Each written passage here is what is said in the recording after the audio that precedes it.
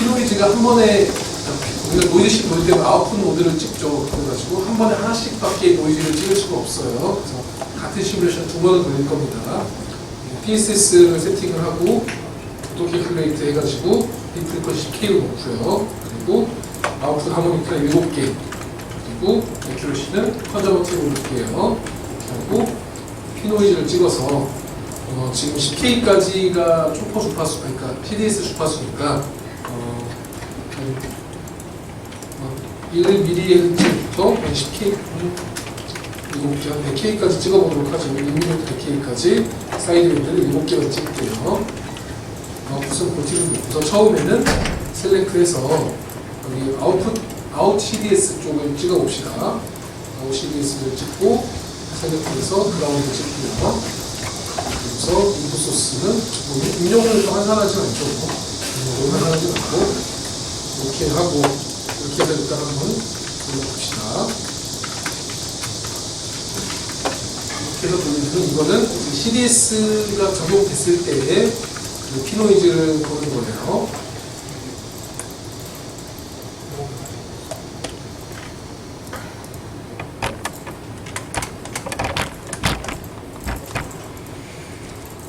리졸트 다이렉트 플랑 웨이폼에서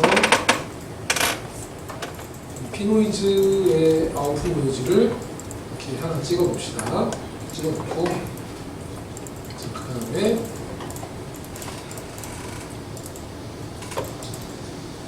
이 피노이즈 세팅을 할 때 여기 셀렉트 해가지고 아웃풋 노드를 without CDS 노드를 찍어 놓을게요. without CDS 노드를 찍고 여기 플로팅 모드는 어펜드로 놓고요. 그렇죠? 이 웨이브폼에서 헷갈릴 수 있으니까 지금 이게 아웃풋 노이즈인데 이거는 지금 CDS가 있는 상태를 찍어놓은 거고, 이번에는 CDS가 없는 노드, without CDS 모드를 찍었어요. 이렇게 해서 보면은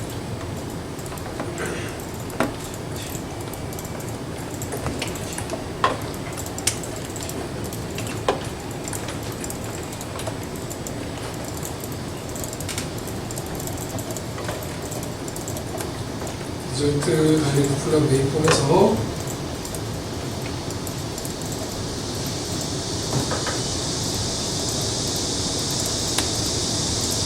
아웃풋 노이즈를 찍어보면은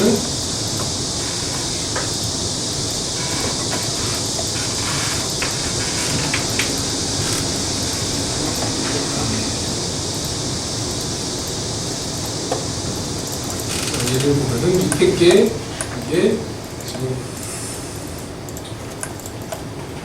지금 CDS가 없는 케이스입니다.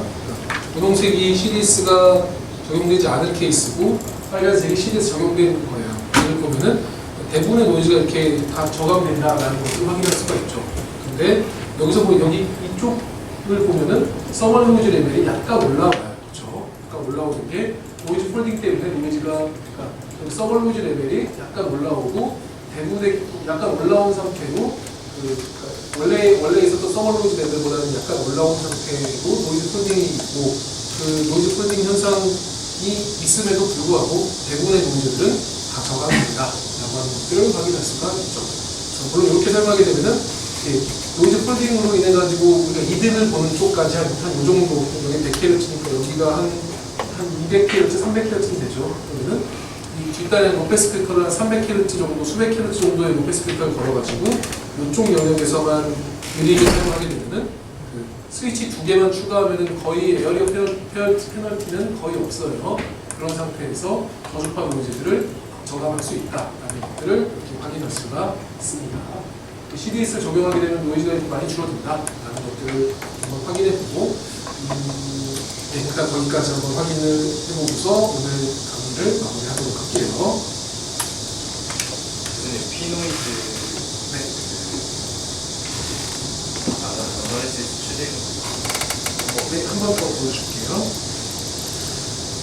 여기 그 센서 입력은 0으로 놓고, 0으로 놓고서, 그래서 PSS 똑같이 오토캘큘레이트 해가지고 10K로 놓고요. 컨저버티브 놓고서, BP 노이즈 발라가지고 1mm부터 한 100K까지 돌려보고요.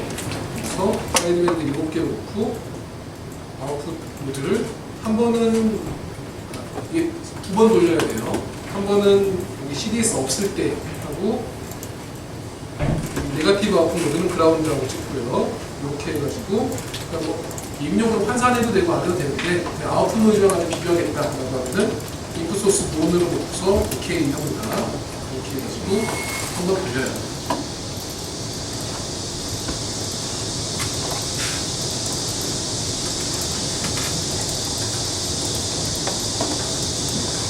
돌려서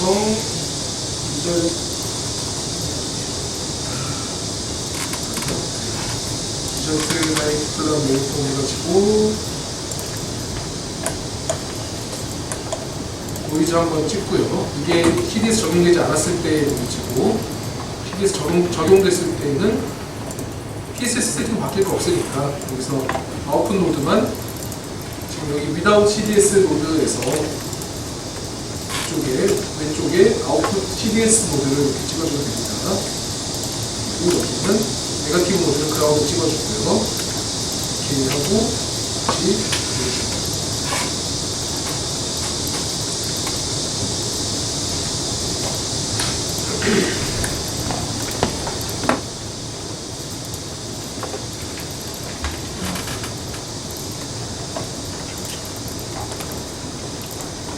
디저트 다이렉트 플라이 웨이폼에서 같이 플러스를 하면은 우리가 이렇게 줄어드는 걸 볼 수가 있어요.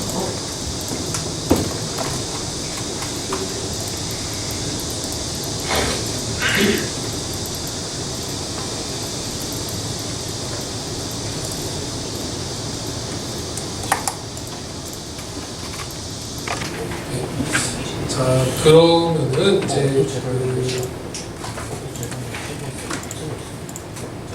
여러분들이 그 초퍼도 만들고 CDS도 만들다 보면은 과연 뭐 우리가 어느 정도의 초퍼 주파수를 사용하는 게 좋은지 혹은 어느 정도의 CDS 주파수를 사용하는 게 좋은지 그게 이제 여러 가지 칩 사이즈하고 그 회로의 그러니까 그 커런트 뭐 등등을 좌우하는 그 하나의 중요한 설계 지표가 됩니다.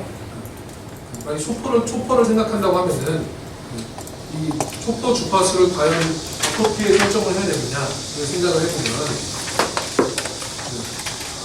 일단은 초퍼 주파수의 하한부분 노이즈가 이렇게 있으면은 이게 X축이 주파수고 노이즈가 저 주파 쪽에는 플리커 노이즈가 동일하게 있고 그 주파 쪽에 서머는 동일하게 있다. 그러면은 이 플리커 프로 주파수 있죠. FC 이 FC보다 아래쪽 주파수 이 아래쪽 영역은 그 플리커 영역이고 이 위에 쪽 영역은 서멀 영역이다라고 하면은 일단 FCH는 우선은 FC보다는 커야 돼요. 그렇죠?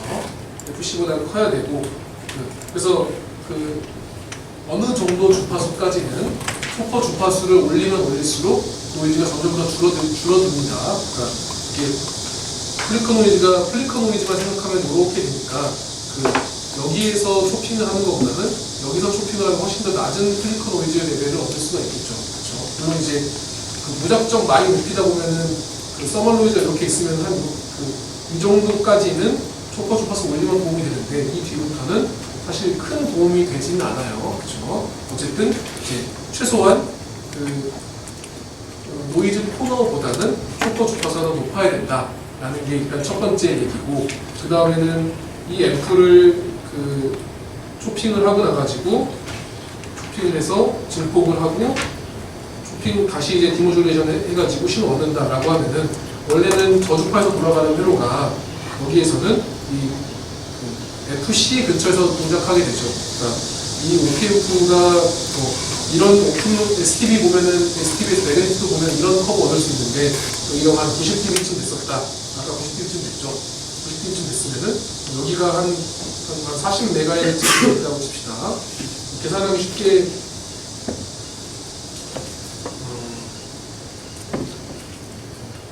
쉽게 우리가 만들어 놓은 OPM프가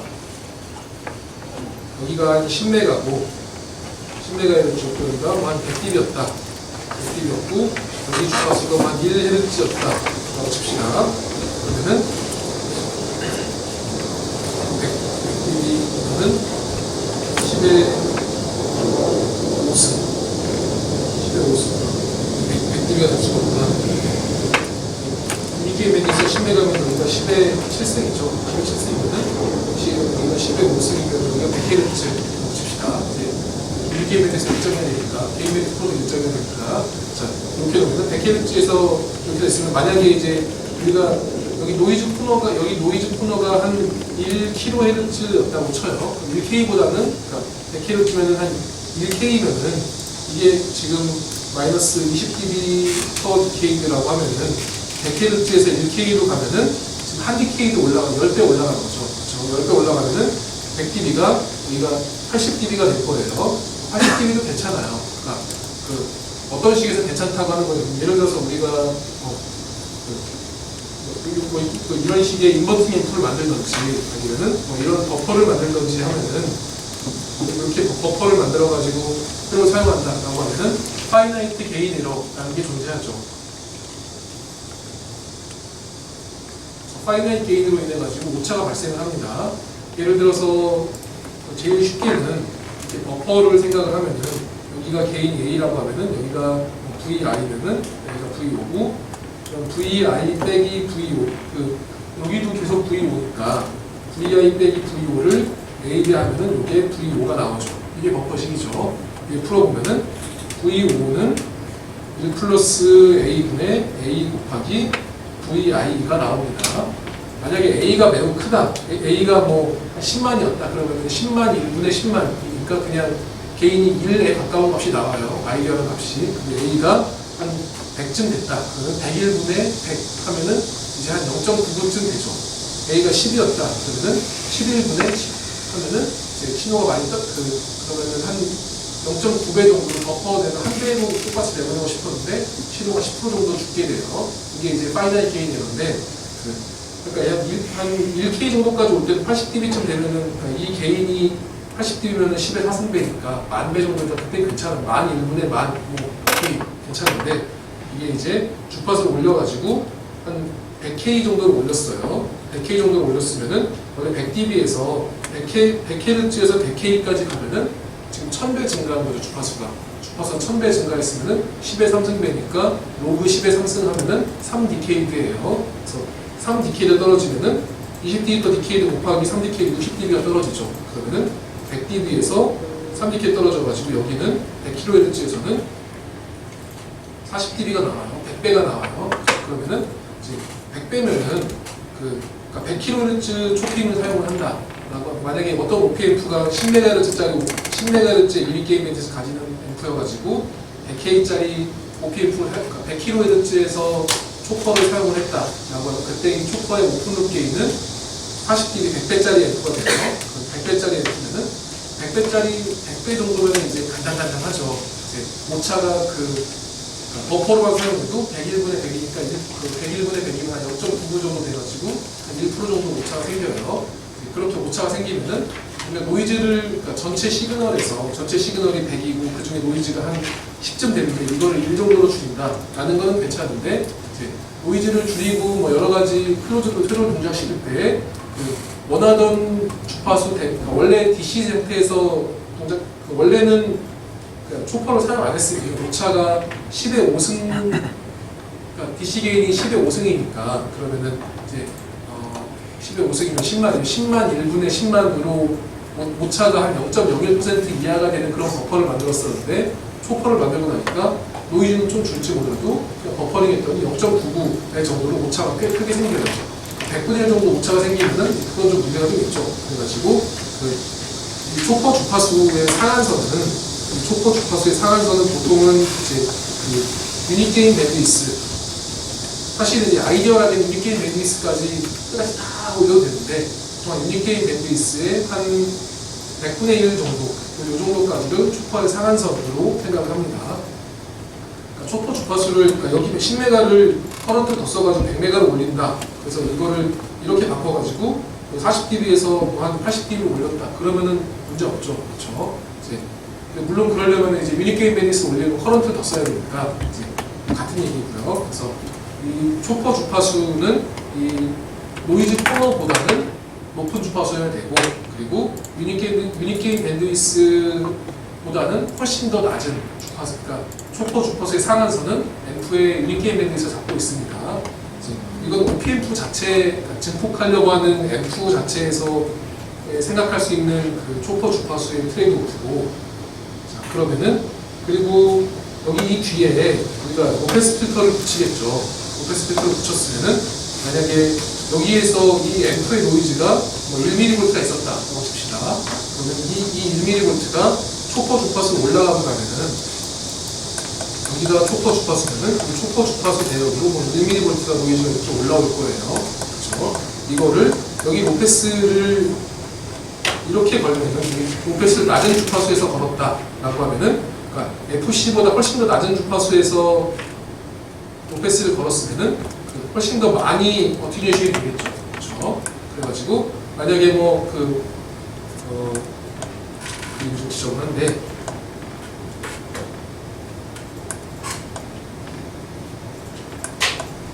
예를 들어서 여기가 뭐 한 10K였다고 칩시다.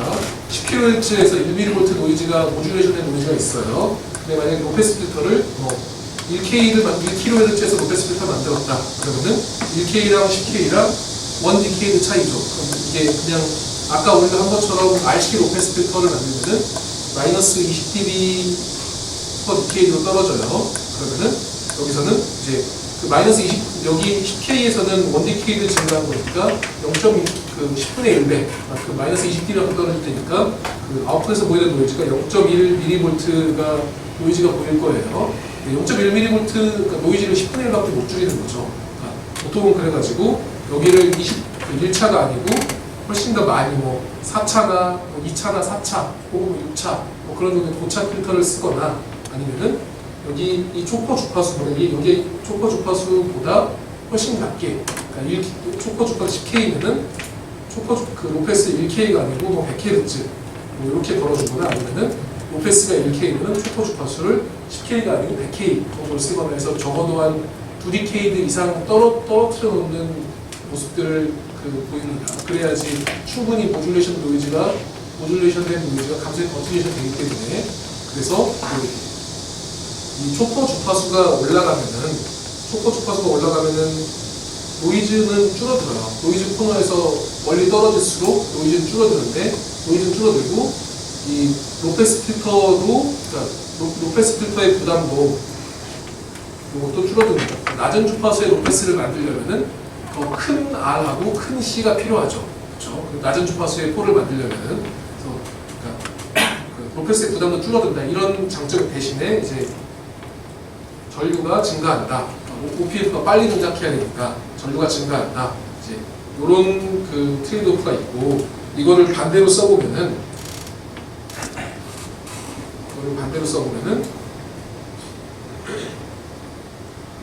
초퍼 주파수를 낮추게